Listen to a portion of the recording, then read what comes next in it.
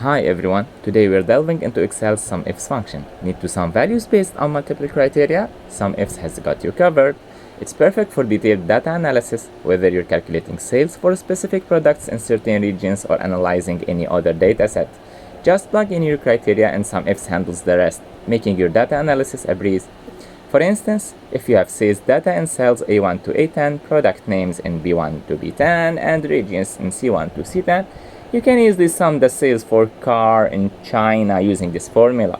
Equal SUMIFS A1 A10, comma, B1 B10 represents the column for the first criteria, comma, car, comma, C1 C10, the column for the second criteria, comma, China, and hit enter.